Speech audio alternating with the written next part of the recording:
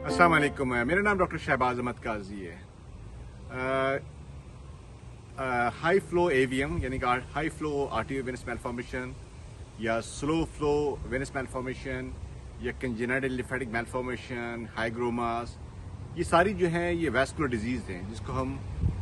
Vascular anomalies कहते हैं या वैस्कुलर मैलफॉर्मेशन कहते हैं। ये वो तमाम डिजीज़ हैं जो बच्चों के अंदर पैदाइशी तौर के ऊपर पैदा होती हैं।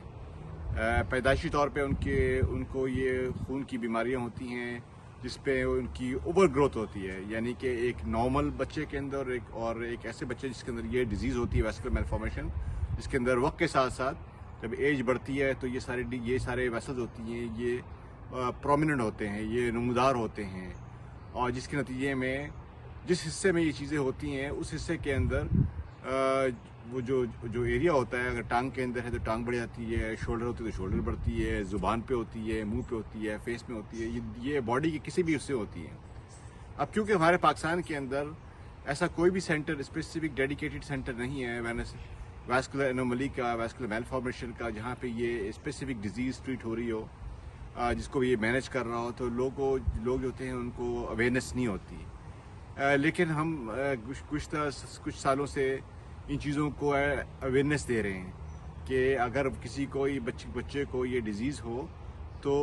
ये डिज़ीज़ जो है ये ख़त्म नहीं होती, लेकिन इसको स्टॉप किया जाए, इसको रोका जाए, इसकी प्रोग्रेशन को कम किया जाए।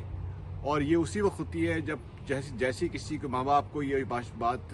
नज़ा हो जाए कि शक हो जाए कि पेशेंट को ये एक प्रॉब्लम आ रही है, तो उसी वक्त जो है उसके जो फिजिशियंस हैं, जो स्पेसिफिक फिजिशियन जो इंटरवेंशनल रेडियोलॉजी में रिलेटेड होते हैं, जो इस चीज़ को ट्रीट करते हैं, उनके साथ डिस्कशन करना चाहिए, उनका वर्कअप करना चाहिए, उनका MRI कराना चाहिए बच्चों का, उनकी जेनेटिक स्क्रीनिंग कराना चाहिए, जिसके अंदर ये देखे जाए क्या ये इनकी जीन्स के अंदर तो मौजूद नहीं है, ये कोई ख़ानदानी इशू तो नहीं है इसके अंदर, या इनकी जीन्स एक नॉर्मल इंसान के अंदर और एक उस बच्चे के जो जीन्स है उसके अंदर के ऑल्ट्रेशन तो नहीं, चेंजिंग तो नहीं है। और अगर ये सारी चीज़ें डायग्नोस्ड हो और पेशेंट को सिम्टम्स हों, उन सिम्टम्स का इलाज होना चाहिए ताकि पेशेंट की जो खासकर बच्चों की जो जैसे जैसे ग्रोथ बढ़ रही है